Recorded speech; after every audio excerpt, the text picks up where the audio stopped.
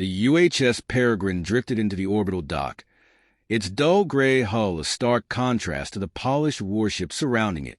In the vastness of the fleet's assembly, it looked more like a forgotten relic than an active combat vessel.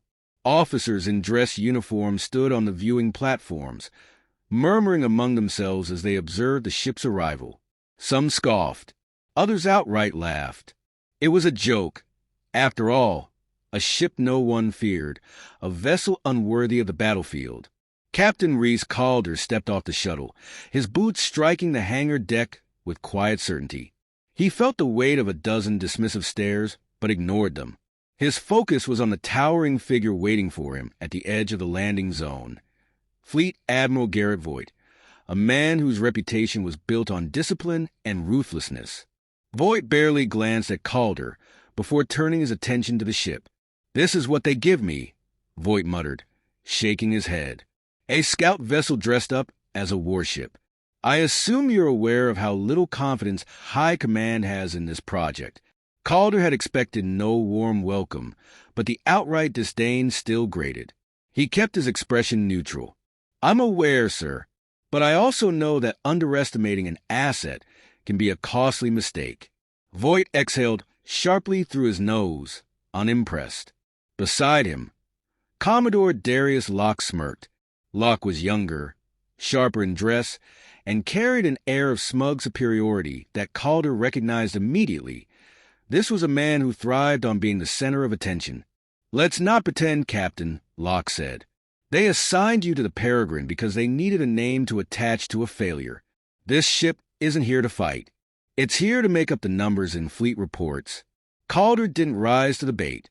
He had no interest in arguing with men who had already made up their minds. Instead, he gave a curt nod and boarded his vessel. Inside, the Peregrine was a maze of narrow corridors and exposed conduits. It lacked the grandeur of a battleship, but Calder appreciated its efficiency. The bridge was compact, lined with consoles manned by a skeleton crew, men who, like him, had likely been assigned here because no one else wanted them. Lieutenant Elias Grant, his executive officer, stood at attention. "Welcome aboard, sir." "At ease, Grant," Calder said, scanning the faces before him. "I won't waste your time with speeches. Command expects us to be useless. We're going to prove them wrong." Grant exchanged a glance with the tactical officer, a burly man named Darrow. "Respectfully, sir, I think you're the only one who believes that." Calder folded his arms. "That'll change soon enough." The moment came faster than expected. Hours later, an urgent transmission cut through the fleet's routine chatter. Enemy forces had breached human-controlled space.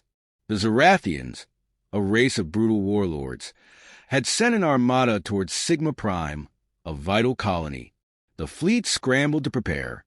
Calder and his crew listened as orders were relayed, battle formations, deployment patterns, contingency plans. The Peregrine received none. It was to remain at the periphery, observing from a distance, a role befitting a ship no one expected to survive. On the fleet's main channel, Locke's voice rang with condescension. "Try not to get in the way, Peregrine." Calder cut the transmission without replying. He turned to his crew, eyes sharp. "We're not here to sit on the sidelines. Let's move." As the ship surged forward, heading toward a battle that would change everything, Calder allowed himself the faintest of smiles. They had no idea what was coming. The fleet hung in the void, a wall of steel and firepower arrayed against the advancing Zarathian armada. Massive capital ships bristled with rail cannons and missile batteries, their shields humming with barely contained energy. The Peregrine lingered at the edge of the formation, an afterthought in the grand choreography of battle. No one expected it to contribute. No one expected it to survive. From his command chair, Captain Reese Calder watched the enemy advance. The Zarathians did not posture or hesitate. Their attack was immediate, a brutal cascade of energy lances and kinetic slugs that ripped through the first line of human defenses. Within moments, 2 frigates were reduced to glowing wreckage. The fleet shuddered as incoming fire rained against shields. All ships, defensive formations, Admiral Voight's voice boomed through the comms, laced with urgency. "We hold the line." Calder studied the battlefield, his mind assembling patterns in the chaos. The Zarathians pressed forward in a wedge formation, their smaller vessels screening for the massive dreadnought at the center, a behemoth of armor and weaponry. It was the key to their strategy. If it remained untouched, the battle was already lost. The main fleet focused its fire on the forward ships, trying to break the spear point. It wasn't enough. The enemy's advance was relentless, their energy shields absorbing punishment as they carved through the human ranks. In minutes, another destroyer detonated, its shattered hull spinning into the void. Locke's voice crackled over the comms, strained with frustration. "We need more firepower. Focus everything on their lead ships." It was a mistake. Calder saw it immediately. The real threat wasn't the vanguard. It was the dreadnought looming behind, directing the assault with cold precision. Destroying it would unravel their entire formation. He switched channels. "Grant, bring us around their flank. We're going for the dreadnought." The lieutenant's hesitation was brief. "Aye, sir." Thrusters fired, and the Peregrine peeled away from the main battle, slipping through the chaos unnoticed. Calder's hands tightened around the armrests of his chair. This was their moment. The ship moved with deceptive grace, gliding beneath the battlefield, skimming the debris of fallen vessels. Enemy sensors were locked on the larger warships. No one spared attention for a lone scout ship darting along the edges. The Peregrine's cloaking array flickered to life, distorting its signature. Not a true invisibility field, but enough to confuse targeting systems. Calder watched the tactical display as they approached the dreadnought. It was a fortress of blackened metal, its surface crawling with weapon batteries. A direct assault was suicide. Darrow, the weapons officer, exhaled sharply. "What's the play, sir?" Calder's mind worked at the problem, calculating angles, vulnerabilities. The ship's experimental technology gave them an edge, but only if used correctly. He studied the dreadnought's energy readouts, searching for an opening.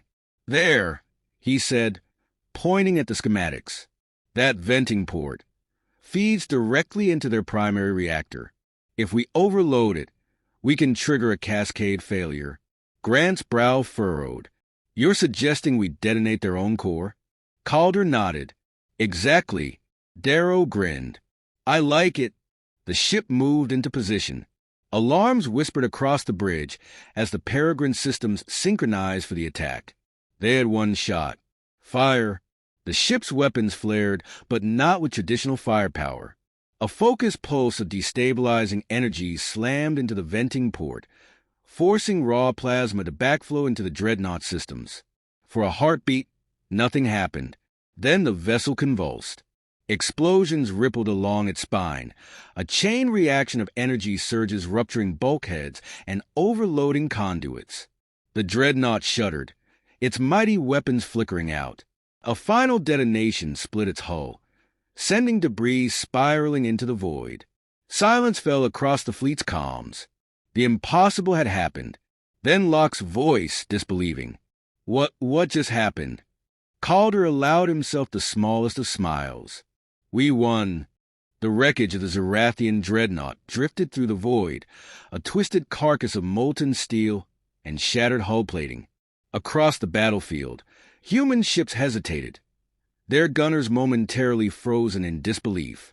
One vessel, one insignificant, disregarded ship, had just obliterated the enemy's command vessel in a single calculated strike. Captain Reese Calder sat motionless in his chair, his gaze fixed on the tactical display. The dreadnought's destruction had fractured the Zarathian formation, but the battle was far from over. Their remaining forces, though momentarily disoriented, were regrouping, adjusting their strategy to compensate for the loss. The human fleet, still caught in its own shock, was too slow to react. Then the comms erupted. Unbelievable. Commodore Locke's voice, sharp with accusation. "What the hell did you do, Peregrine?" Calder ignored him. The Admiralty would demand explanations later, if they survived. His attention remained on the shifting enemy lines. The Zarathians were furious. Their forward assault had stalled. But now they were repositioning, reinforcing their midline with heavy cruisers. Their strategy had changed. Instead of a spearhead, they were forming a net. And Calder knew exactly who they were trying to catch. "They're targeting us," Grant murmured, watching the movement unfold. Darrow let out a low chuckle. "Good. Let them come." The enemy ships began closing in, their cannons swiveling toward the Peregrine. It had gone from a nonentity to a priority target in mere minutes. The fleet could escape, retreat, and regroup, but Calder knew the Zarathians wouldn't let them. Not after this. They would hunt down every last human ship in retaliation, unless someone forced their hand. "Bring us toward their center flank," Calder ordered. Grant hesitated. "Sir, we won't last in direct combat. We're not engaging them conventionally." Calder leaned forward. "We're breaking them apart." The Peregrine accelerated, slipping between wreckage and missile fire as it wove toward the heart of the Zarathian fleet. Enemy ships adjusted, diverting forces to intercept. Just as planned, the comms crackled again. This time, it was Admiral Voigt. "Captain Calder, I am ordering you to fall back immediately." "That's a direct command." "I'm afraid I can't comply, sir." "Damn it, Calder, you've done enough. You provoked them, and now you're leading them straight into—" "That's exactly what I need to do," Calder interrupted. "They think we're a threat now. That means they're making mistakes." "Silence." Then, grudgingly, "You better know what you're doing." He did. The Peregrine darted through the enemy's formation, baiting ships into pursuit. Their captains, blinded by the need for vengeance, followed without considering the trap. Calder led them straight into the debris field of their fallen dreadnought, where twisted metal and drifting wreckage disrupted their movement. Then he struck. Gravity mines deployed, each one detonating with enough force to send enemy cruisers careening into each other. Shields flickered, engines failed, and in the ensuing chaos, the human fleet finally saw its chance. "All ships advance." Voigt's voice carried newfound determination. The larger warships surged forward, unleashing their full arsenal upon the disoriented enemy.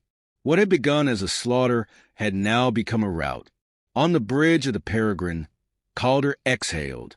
They weren't finished yet, but the tide had turned. The battle was no longer one of survival. It was one of victory. The last of the Zarathian warships detonated in a silent bloom of fire, its ruptured hull breaking apart as it tumbled into the void. Across the battlefield, the human fleet drifted among the wreckage, battered but victorious. Where once the Peregrine had been ignored, now it stood at the center of it all, the catalyst, the turning point, the ship that had defied expectation and rewritten the course of battle. On the bridge, Captain Rhys Calder sat motionless, watching the remnants of the Zarathian Armada scatter. The survivors were retreating beyond sensor range, unwilling to risk another engagement. Not against them. Not against him. The comms crackled. Admiral Voigt's voice, slow and measured, carried a weight it had never held before. "Captain Calder, report." Calder exhaled. "Enemy forces neutralized. The battle is over." A long silence stretched between them, filled only by the quiet hum of the ship's systems. Then Voigt spoke again, but there was no reprimand this time.